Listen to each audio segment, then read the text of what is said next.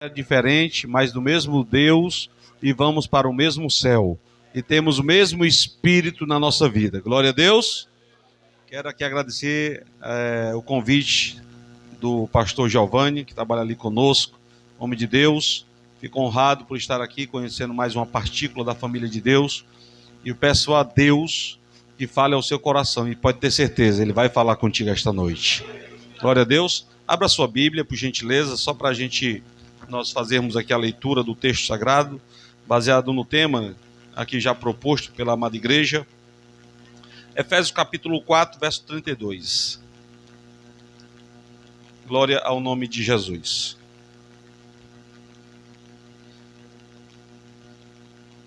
Glória a Deus. Todos encontraram, digam amém. Antes, sede um para com os outros benignos, compassivos, perdoando-vos uns aos outros, como também Deus em Cristo vos perdoou. Amém?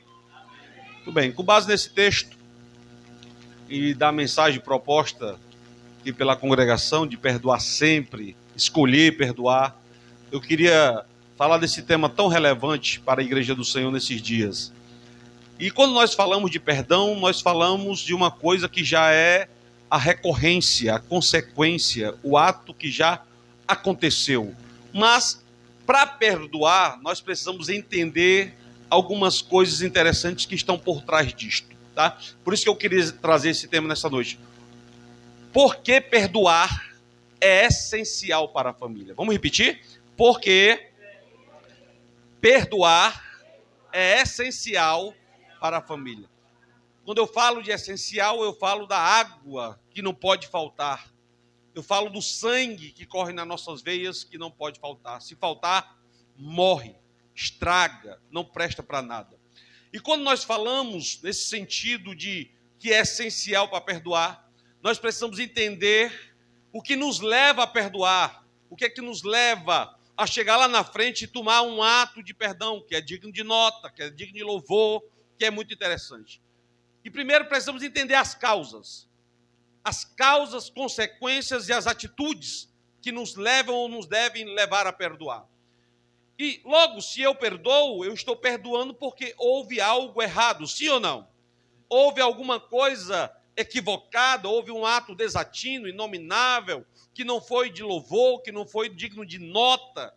E aí nós vamos aprender esta noite o que eu preciso entender de algumas causas que geram conflitos, guerras, crises na família, que eu preciso entender para não estar todo dia perdoando, tomando atitudes que me levam a desgastar a minha família. E alguma deles eu vou citar aqui para você. Em primeiro lugar, qual é a primeira causa de conflito na vida das pessoas, na vida da família? Eu vou até descer. Eu posso descer, pastor?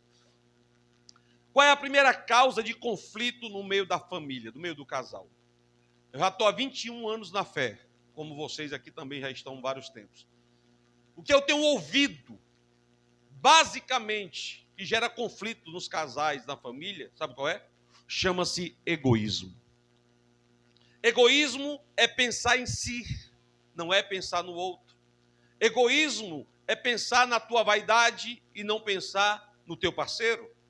Egoísmo é um caso que já passou na minha mão, de eu chegar na casa, a mulher não tem uma chinela para andar, não tem uma roupa para vestir, e o marido gastando dinheiro com carrinho de colecionador, e uma guerra tamanho do mundo lá. Ele não entendia que a causa daquela guerra, daquele conflito, daquela crise familiar, que estava beirando o divórcio, era justamente porque ele era egoísta.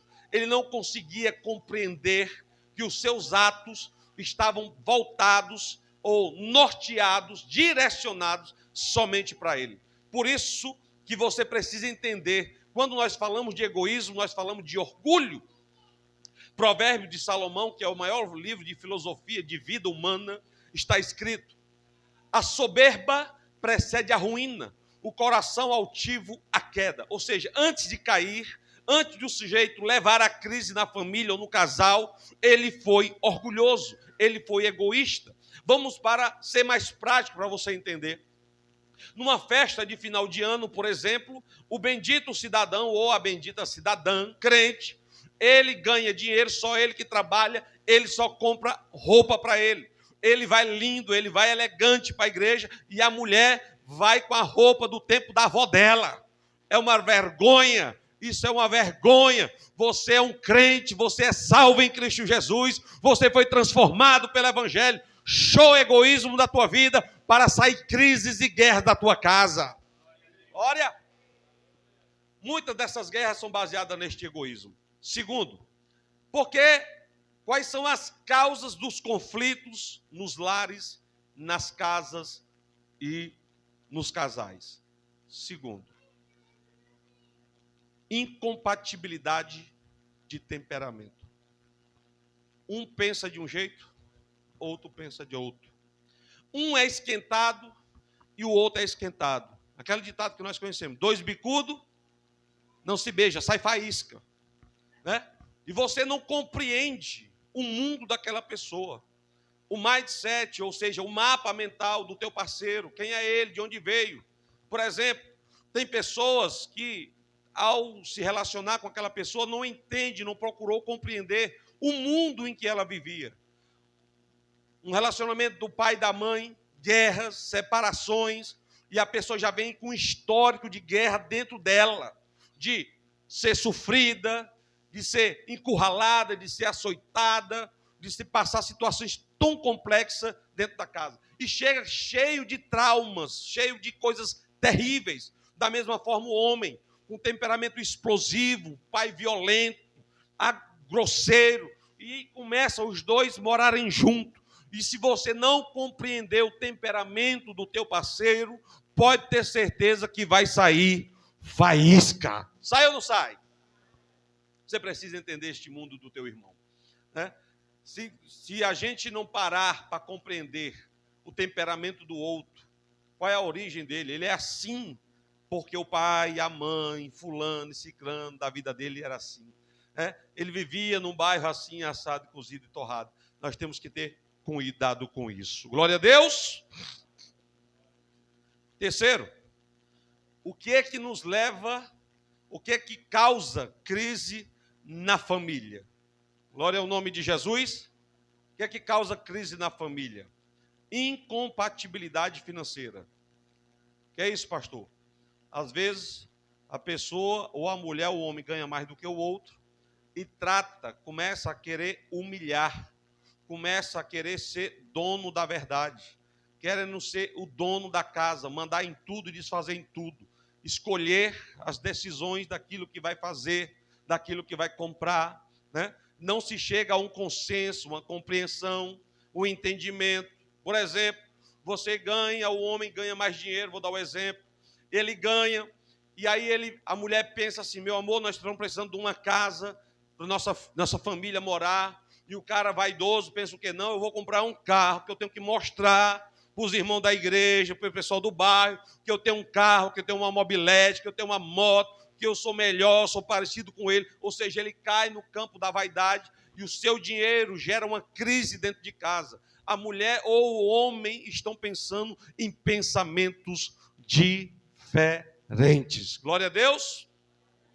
Você tem que ter muito cuidado com isso, tá? Olhe, cuidado com o egoísmo, cuidado com o temperamento, cuidado com as condições financeiras, para ela não gerar crise no seu casamento. Todo mundo está entendendo? Diga glória. Glória, glória a Deus. O que é que pode gerar crise no seu relacionamento? Diga comigo. Decisões de agentes externos. Vou explicar melhor para você entender. Você escolheu para molhar com a sua varoa. Sim ou não? Aí a Bíblia diz o seguinte: deixará pai e mãe, unir-se-á com a sua esposa, e ambos serão uma só carne. Aí o que eu falo aqui de ação externa? Pessoas da tua própria família desculpe o termo, pitaco. Ou seja, se intrometem nas decisões do casal. Isso acontece muito com quem?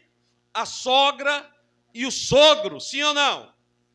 E aí fala isso, ó, mamãe falou isso, papai falou isso, e aí começa a levar para dentro de casa as confusões, as decisões, vai gerar guerra dentro da tua casa.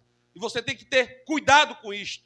Tem famílias destruídas, tem pessoas separadas, que eu já vi, por decisões de sogro e de sogra metendo a colher no meio do relacionamento do casal. Tem que fazer isso, não dá ouvido para ele para isso não dá ouvido para ela para fazer isso não, mete aqui, mete acolá. Gente, isso dá problema. Glória a Deus. Então você tem que ter cuidado com isto. Incompatibilidade financeira, egoísmo, né? Incompatibilidade, essas decisões que estão vindo externas de outros interferindo no teu casamento. Você não pode aceitar isso. Dentro da sua casa, quem decide é você e a sua esposa. Glória! Ninguém pode estar metendo a colher no meio do teu relacionamento. Sua sogra, sua mãe é muito maravilhosa. Mas dentro da sua casa, quem resolve as coisas é você e o seu esposo. Porque senão você vai arrumar uma guerra. Vocês conhecem a história? Conhece ou não conhece? Sim ou não? Tem muita guerra aí rolando, porque muita gente externa da própria família se intromete nas decisões do casal. Ai, vai morar onde? Não, aquele bairro ali não é bom para ti não. Vai não, fica aqui perto da tua mãe. Né? Não vai para acolá não.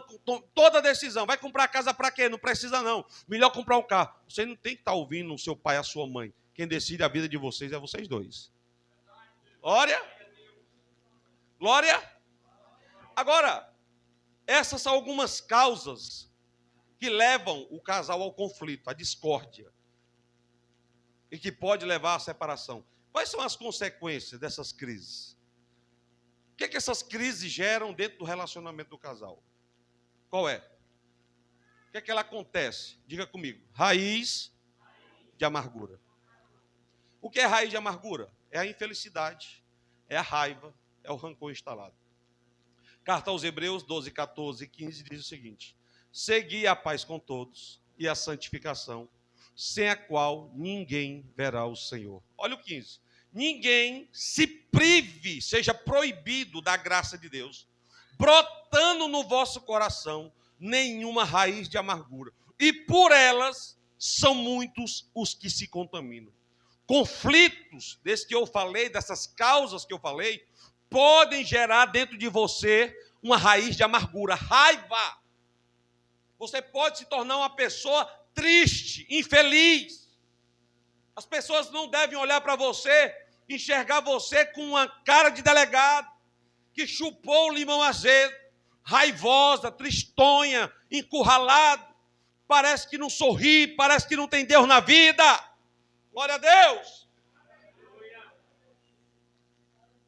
Você tem que ter cuidado com isto. Crente, salvo, que tem uma vida feliz, ele vive debaixo da alegria de Deus. Olha o que diz a Bíblia. Não ir para a igreja. Salmo 122, verso 1. Alegrei-me quando me disseram, vamos. Olha Neemias 8 e 10. Alegria do Senhor, esta é a nossa força. Olha o Salmo 116, verso 11. Na presença do Senhor, existe uma fartura de alegria. Olha o Salmo 118, verso 24. Este é o dia que fez o Senhor, por isso regozijemos e nos alegremos nele. Olha o que diz Filipenses capítulo 4, verso 4. Paulo está preso. Regozijemo-nos e nos alegremos no Senhor. Olha o que o Senhor Jesus disse para os discípulos. Em Lucas 10, 17, 18, 19, 20 e 21. Os discípulos voltam da missão de expulsar demônio e dizem, Senhor, os demônios estão sendo expulsos pelo teu nome. Nós botamos a mão e os demônios saíram em retirada. O que é que Jesus diz? Verso 19. Eis que eu vos dou autoridade para vocês pisarem serpentes e escorpiões e nada vos fará dano algum. Mas não se alegrem porque os demônios estão sendo expulsos. Alegrai-vos antes porque o vosso nome está escrito na lida. Ei, adora, te alegra na presença de Deus esta noite. Aleluia! Como é que você é um chamado, como é que você é crente e não tem uma vida alegre? Alguma coisa errada. E o que eu estou falando aqui de errado é alguma crise, alguma raiva, algum conflito pode ter tornado você uma raiz de amargura, raivoso. Está lá instalado dentro de você. Você está entristecido. Você guarda a mágoa. Isso é muito perigoso para você. E o que quando o escritor aos Hebreus diz, ninguém se prive da graça, ele está dizendo, a causa de proibir o crente de estar na presença de Deus é o quê? Raiz de amargura. Ou seja, vem para a igreja, levanta braço, canta, adora, mas não sente nada. E por que não sente nada? Porque o texto de Hebreus 12:15 está dizendo, você está proibido de receber a graça de Deus, porque está instalado no seu coração raiz de amargura. Olha para quem está do lado. Cuidado com a raiz de amargura. Ela te deixa infeliz e sem a presença de Deus. Aleluia! Glória! Tenha muito cuidado, viu? Segundo, quais são as consequências das causas que eu falei? Egoísmo, incompatibilidade financeira, incompatibilidade de temperamento e etc. Raiz de amargura. Segundo, pode gerar doenças psicossomáticas. O que são as doenças psicossomáticas? Afetam o teu estado emocional e transfere isso para o teu corpo. Vou dar um exemplo. Você fica uma pessoa raivosa, você fica uma pessoa triste por causa desses conflitos. E o que acontece? Você começa a viver uma vida estressada. E esse estresse emocional começa a se refletir no teu corpo físico. Gastrite nervosa, que se você não tratar, vai gerar uma úlcera, câncer, AVC isquêmico, um AVC hemorrágico. Tudo por quê? Porque está vivendo uma vida triste, raivosa, estressada, só em olhar para o outro, olhar para a outra, fica ferroado. Como é que pode um negócio desse? Como é que você é crente desse jeito? E onde é que está isso na Bíblia? Provérbios 17:22. Olha a Bíblia. O coração alegre, ele é bom remédio. Mas o espírito abatido, ele resseca os ossos. O que é que o texto está dizendo? Pessoas alegres são mais difíceis de pegar doença. Já pessoas tristes, elas pegam doença com facilidade. Como é que pode, hein? Você na igreja, adorando a Deus com raiva, estressado, brigando com o casal, brigando com isso, brigando com aquilo. Você vive esse nível, estar com raiva é diferente de viver. Vamos lá? Diga comigo, estar é diferente de viver. Eu posso estar com raiva hoje, mas amanhã é outro dia. Agora, estou hoje, estou amanhã, mês que vem eu estou com raiva, continua entrando e saindo com raiva, você está tendencioso a ficar doente. Aleluia? Tenha cuidado, você adoece. Glória. Terceiro, quais são as consequências dos conflitos e das crises no meio do relacionamento? Raiz de amargura, doenças psicossomáticas. Terceiro, diga comigo, dá brecha para o diabo. Você abre um canal, abre um canal para o diabo trabalhar. Olha, quer ver o texto? Olha o texto. Até minha irmã leu. Carta aos Efésios, capítulo 4, verso 26 e 27. Não irai-vos e não pequeis. Não ponha o sol sobre a vossa ira. Em outras palavras, não permita que a raiva e a ira se instalem em você. O que é que acontece? Verso 27. Não dê lugar para quem? O diabo. O que Paulo está dizendo é, se você permitir que a ira e a raiva se instalem, você está escancarando as portas para o diabo trabalhar. Aleluia! Presta atenção aqui, ó.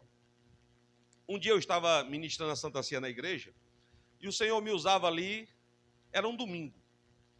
E tinha um casal, eu botei todos os diáconos estavam aqui com a bandeja, eu estava aqui em cima, né?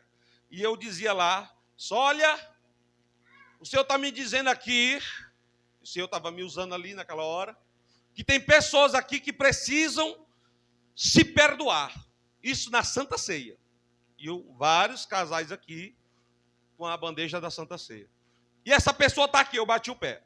Está aqui essa pessoa. E o Senhor não me dizia quem, mas está aqui. Tudo bem, não quer falar, não quer se revelar, mas o Senhor falou. Aí o casal, depois que terminou a Santa Ceia, aí o casal me procurou, o esposo, né? Pastor, pelo amor de Deus, pastor. O que foi? Pastor, era eu, pastor. Ele, diácono, segurando a bandeja, e a mulher dele bem por ali, depois de um diácono ali, ele segurando a bandeja, disse que Deus, pastor, quando o senhor batia o pé ali, chegava, a gente se estremecia, pastor. Era nós, pastor. Aí, na mesma hora, eu olhei para a irmã, da minha esposa, tipo, o dedo por trás da bandeja, eu olhei para ela e fiz assim com o dedo, ó. E ela fez assim do outro lado. Uma semana que não falava com a esposa. Na igreja. Pastor, se eu bati o pé, chega, eita, já. Se reconciliando os dois, ó, na hora da ceia. Uma semana depois, e isso que Paulo está dizendo. Não permita que o sol se ponha sobre a sua ira. Ficar com raiva, que ninguém é perfeito não, meu irmão. Você se estressa, tem hora que a raiva sobe. Você não pode permitir que essa raiva se instale. Uma coisa é o pombo voar sobre a tua cabeça. Outra coisa é permitir que ele faça um ninho sobre a tua cabeça. Você não pode permitir que a raiva se instale lá ao ponto de você viver e dar lugar para o diabo. E por que o diabo se aproveita disto? Aí vamos na prática. Deixa de se relacionar com a esposa. O homem ou a mulher vai trabalhar. É carne, sim ou não? Aí o capeta já começa. Ô gata. E o cara está na fraqueza e ela está na fraqueza. Está sob tentação ou não do diabo? O diabo está sabendo daqui e dali, gente. Pode se aproveitar daquela oportunidade. Como foi que a Eva caiu? Distante do esposo, longe, não estava perto, fora do relacionamento. Você sabia que em 1 Coríntios, capítulo 7, a recomendação de Paulo é: vocês querem se dedicar à oração? Querem? Muito bem. Mas façam isso em consentimento, em concordância com a tua esposa. E depois de terminar o período de oração, vá prestar continência para ela. Quem está entendendo? Vai voltar a relação para que o tentador não vos tente. Paulo está dizendo isto. Você não pode ficar distante da tua esposa ou do teu esposo, porque está cheio de piriguete aí, endemoniado, querendo destruir a família, gente. Hein? Provérbios 6 diz o seguinte: por um bocado de pão, a mulher adúltera traga o marido. Está à caça da vida preciosa. O diabo sabe que a tua família é uma coisa preciosa na mão de Deus. Aleluia!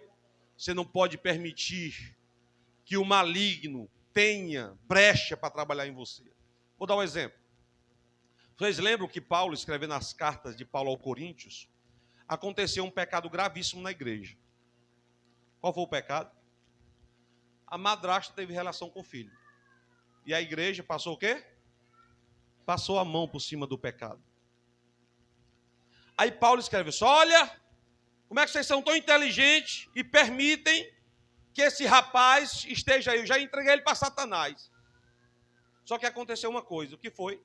A igreja perdoou o rapaz e a mãe. Aí Paulo escreve a segunda carta de Paulo aos Coríntios, capítulo 2 e verso 11. Paulo diz: meu irmão, quem sou eu? Se vocês perdoaram como igreja, quem sou eu para não perdoar? Sabe o que ele diz no verso 11? Eu não quero que vocês ignorem as estratégias de Satanás. O que é que Paulo está dizendo? Se eu não perdoar, o diabo vai arrumar uma brecha nisso aí para me acusar no meu ministério. Aleluia! Você não pode, você tem que fechar a porta. Você sabe como é que o diabo entra? Quando tem oportunidade. E a oportunidade é um conflito deste. Você deixa de falar com seu esposo, de se relacionar com a tua esposa. E o diabo, ele sabe disso. ele vai pegar isso como uma oportunidade. Vocês lembram de Mateus 12, 43 e 44? Diz que o texto, que o espírito quando sai do homem, ele anda em lugares áridos e volta. E quando ele vê o que? A casa o quê? Vazia. O que é que ele está vendo lá? Uma oportunidade. Tanto é que Pedro, em 1 Pedro 5,8, Pedro diz assim: meus irmãos, sede sóbrios e vigiais, esteja alerta. Porque o diabo, vosso adversário, está longe, está o vosso, rugindo como gato, como um leão. Você já viu um leão com fome? Meu amigo, se pegar, despedaça, arregaça, não alisa, não tem como você escapar se você vacilar na mão do leão. Sim ou não? Então você tem que ter cuidado para você não permitir que o diabo encontre brechas no meio do teu relacionamento, da tua família e do teu esposo, do teu cônjuge. É fechar as portas. Não permitir que o diabo encontre razões para entrar lá. Vou dar um exemplo. Fica com raiva e deixa o marido ou deixa a esposa sem se comunicar, como é que eu estava falando aqui. Aí, meu irmão, o diabo ele trabalha nessa fraqueza. Ele vai atuar nesse momento mais frágil que a pessoa está. Começa as ligações, começa o psio, começa isso e começa aquilo. Eu estou há 18 anos lá na Unimed. Não tem uma acusação, nunca pegou na minha mão. Nunca. Sabe por quê? Porta fechada. Não tem conversinha, não tem negócio de disse-me disso. É daqui, do meu trabalho, para a minha casa e acabou. Porque eu sei que o tentador está às portas. Aleluia? Tem que fechar. Uma outra coisa que você permite o diabo trabalhar é você não reconhecer o seu papel. Vou dar um exemplo. O marido, vou dar um exemplo aqui hipotético para vocês pensarem melhor. O marido trabalha, a mulher não. Vou dar um exemplo. Aí já peguei casos de casais de o marido passar o dia no sol quente, trabalhar na moto, vigilância eletrônica, 12 horas em cima da moto. 12 horas. E quando ele chega em casa, a mulher está assistindo Malhação. Não tem comida, não casa suja, e quando ele chega pedindo comida, elas te vira. Ela não sabe o seu papel. Você precisa reconhecer qual é o teu papel na relação. O marido é o provedor, o protetor, a norma. A mulher é a sensibilidade, é o carinho, é a retaguarda, é a ajuda, é o trato dos filhos, é o chegar, o marido cansado. As coisas têm que estar rodando, sim ou não? Tem que estar bonitinho. E às vezes os conflitos acontecem porque a mulher ou o homem não reconhece o seu papel. Chega em casa, o cara cansado, estressado, a mulher está na esquina conversando miolo de pote. Como é que pode um negócio desse, mano? Pega ela, Jesus, né? Orai por ela. No WhatsApp, conversando o dia todo, não tem água na geladeira, não tem nada, não tem comida, não tem nada. E a mulher nas esquinas conversando miolo de pote. Ela não sabe qual é o seu papel. Está gerando um conflito de forma desnecessária dentro de casa. Opa, meu marido está chegando, chega 5 e pouco. Ele vai chegar com fome. Ele trabalha numa área que é estressante. Ele vai chegar uma bomba. Eu vou fazer aquela bruaquinha que ele gosta. Vou fazer aquele suquinho que ele gosta. E ele vai ficar um doce de coco na minha mão. É a leitura. Tem que desempenhar um papel, tem que compreender. Da mesma forma, o homem.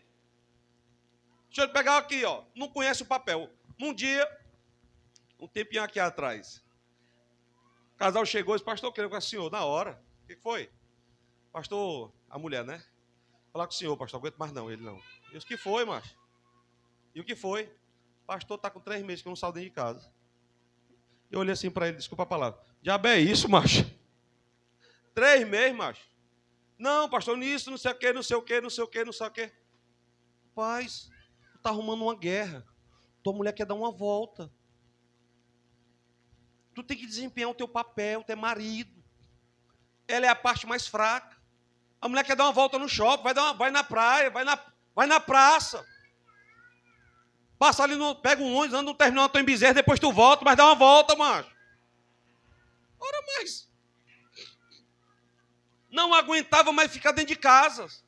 O mundo dele era ficar na televisão, ela não aguentava mais ficar dentro de casa. Eu disse, meu irmão, tu está conseguindo ouvir a tua esposa? Tua esposa só quer dar uma volta, olha a crise que tu está gerando por uma besteira desta. Você precisa entender o teu papel. Você trabalha, ok, mas a família tem que ter um lazerzinho. Sim ou não, gente? Lazer. A mulher, você como é provedor, qual é a mulher que não gosta de sandália, meu Deus do céu? Aqui não gosta não, é? Vai enganar o outro. Mas... Compra uma sandália para a patroa, meu filho. Compra uma roupa para ela. Mulher gosta de receber presente, sim ou não? Sim. Olha, a mulher chega dando pressão no varão. Acosta, pastor. E você não compreende isso. Você tem que dizer o seu papel, o seu provedor da casa. A mulher quer ir no shopping. Você não vai só dar o cartão para ela, mas acompanhe de perto. Controle a senha. Senão você quebra. Porque tudo está na promoção e tudo é agora, tudo está lindo. Tem que comprar. Você tem que desempenhar o teu papel. Sair com a família. Você como esposa, você compreende o seu papel? Dar amor para a esposa. Andar. Passear com a família. Estabelecer norma dentro de casa. Você como esposa, você conhece o teu papel como missão? Tenho que cuidar do meu esposo. Tenho que cuidar do meu esposo. Os meus filhos estão sob o meu cuidado, já que eu não trabalho. Mas se eu trabalho, eu tenho que unir meus esforços, dividir essas forças. Ele vai ficar um pedaço, eu vou ficar uma hora. Mas eu tenho que entender o meu papel. Como é que seu esposo chega do trabalho, tudo largado, tudo... Vou dar um exemplo.